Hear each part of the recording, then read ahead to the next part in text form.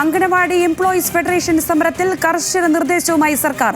സമരത്തിലുള്ള ജീവനക്കാർക്ക് ഓണറേറിയം അനുവദിക്കേണ്ടെന്ന നിർദ്ദേശം. വനിതാ ശിശു വികസന ഡയറക്ടറാണ് നിർദ്ദേശം നൽകിയത്.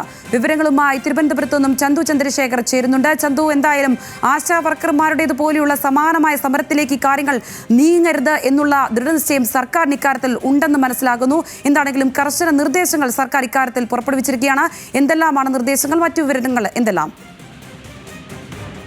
നേരത്തെ തന്നെ ഈ അംഗൻവാടി എംപ്ലോയീസ് ഫെഡറേഷൻ സർക്കാരുമായി ചർച്ചയൊക്കെ നടത്തിയിരുന്നു. ചർച്ച പരാജയപ്പെട്ട സാഹചര്യത്തിലാണ് INTUC നേതൃത്വത്തിലുള്ള ഈ അംഗൻവാടി എംപ്ലോയീസ് ഫെഡറേഷൻ ഇന്ന് സെക്രട്ടേറിയറ്റിന് മുന്നിൽ അനിശ്ചിതകാല രാപ്പകൽ സമരം ആരംഭിച്ചിരിക്കുന്നത്. ഈ ഒരു സാഹചര്യത്തിലാണ് വനിതാ ശിശു വികസന ഡയറക്ടർ ഇപ്പോൾ ഒരു ഉത്തരവ് പുറപ്പെടുവിച്ചിരിക്കുന്നത്. അതിൽ പ്രധാനമായും പറയുന്നത് ഈ സമരം ചെയ്യുന്ന ജീവനക്കാർക്ക് ഓണറേറിയം അനുവദിക്കേണ്ടതില്ലെന്ന് പ്രധാനമായും ഈ ഉത്തരവിൽ വ്യക്തമാക്കുന്നു. മാത്രമല്ല, ഈ അംഗൻവാടികൾ പ്രവർത്തനരഹിതമാകാൻ പാടില്ല. കാരണം അംഗൻവാടികൾ പൂട്ടിയിട്ടതിന് ശേഷം സമരത്തിൽ പങ്കെടുക്കുന്നത് ഒരു കാരണവശാലും അനുവദിക്കാൻ കഴിയില്ല എന്നാണ് ഈ ഉത്തരവിൽ വ്യക്തമാക്കുന്നത്. മാത്രമല്ല, അംഗൻവാടികൾ വഴി പോഷകാഹാരങ്ങൾ കുട്ടികൾക്ക് വിതരണം ചെയ്യുന്നുണ്ട്. അത് മുടങ്ങാൻ ഒരു കാരണവശാലും അനുവദിക്കില്ല എന്നും നിർദ്ദേശത്തിൽ വ്യക്തമാക്കുന്നുണ്ട്. ഇത് ഭരണഘടനാ പ്രകാരം തന്നെ അത്തരത്തിൽ മുടങ്ങുന്നത് അനുവദിക്കാൻ കഴിയില്ല. മാത്രമല്ല, പ്രീ സ്കൂൾ പഠനം നിലയ്ക്കുന്ന ഒരു സാഹചര്യം അംഗീകരിക്കാൻ കഴിയില്ല എന്നും വനിതാ ശിശു വികസന ഡയറക്ടർ പുറപ്പെടുവിച്ച ഉത്തരവിൽ